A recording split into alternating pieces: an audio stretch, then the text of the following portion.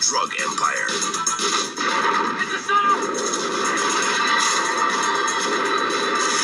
It's either him or us. Now, Bronson is their target. Hello everybody, welcome back to Screenstars. I'm here today to bring you my review for the 1987 classic Charles Bronson sequel, Death Wish 4, The Crackdown. The film is directed by J. Lee Thompson and it stars, of course, Charles Bronson, as well as Kay Lenz, John P. Ryan, Perry Lopez, and George Dickerson. Right, okay, this is the fourth in the Death Wish series. This time round, Charles Bronson, Paul Kersey's character, is, living a reasonably quiet life. He's back in Los Angeles, I think, now.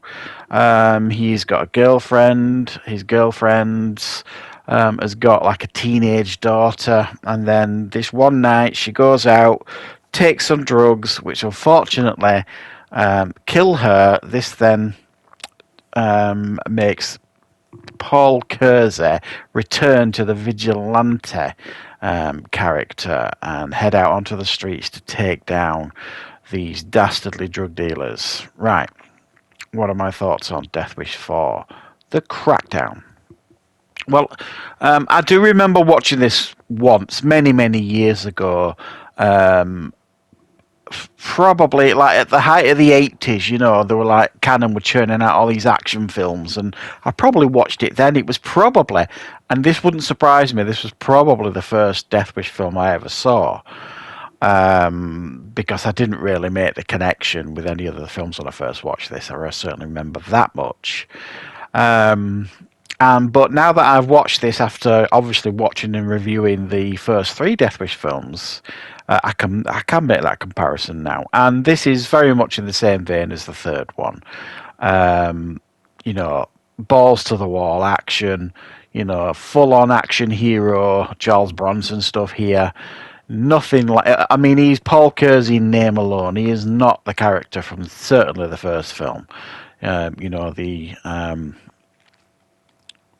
you like, the peace-loving gentleman that we saw in the first film, who, became the vigilante to kind of save his sanity, I suppose. Now he's proficient in every weapon you could imagine. He is a skilled killer. He is an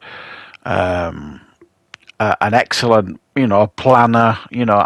This film actually reminded me in a lot of ways of Raw Deal, the Schwarzenegger film, where he's recruited to kind of take down the mob from the inside. It felt a little bit like that because, he's recruited by John P. Ryan's character, who, let's be honest, anybody that didn't spot that he was the main villain of the piece, because that's all he ever played in the 80s was villains. So he's recruited by him to kind of take down this drug cartel, and he's given all the resources he needs to do it, which is very similar to the Darren McGavin character in Raw Deal. And the fact that he's kind of planning and plotting and trying to take them down, turn them against each other sort of thing. Charles Bronson is turning like these two different rival drug gangs against each other. Again, a bit reminiscent of Raw Deal, how Schwarzenegger was trying to take them down from the inside and all that kind of stuff. And then there's even a big shootout at the end that reminded me of, the big shootout at the end of Raw Deal, where he's at the building site or whatever. And whereas this one, it's like an oil field, but it's a very similar setting. So there was a definite feel and vibe for Raw Deal here with me. But the film, I've had mixed thoughts from people on this film. I had some people say it's very underrated in regards to a Death Wish film, and I've had other people say it's complete garbage. I certainly don't think the film's garbage. I actually quite enjoyed this, I'm not going to lie. I thought it was entertaining for what it was, which is, a straight 80s action film with a very familiar character that if you follow the series. Again, there's very little connection to the first two films. It also had a different bit of a feel, and that's probably because this is because this is the first Death Wish that wasn't directed by Michael Winner. So it had a little bit of a different feel and vibe to it as well in that sense. But Bronson just swaggers around in this film. You know, he's very few times in this film does it feel like he's put on the back foot. He's always like on the front foot generally in this film, until the film kind of makes him look a bit stupid at the end when he realizes he's been had by the Nathan White character, and in actual fact he's been tricked by him. And then you get some over-the-top kills here, and one in particular at the end where he blows somebody up with a rocket launcher. Very very Chuck Norris-like. But there are some great moments in this. I mean, there's one standout moment in this where at the beginning when someone says, "Who are you?" and he holds the gun up and he says, "Death." I mean, you're just like, come on.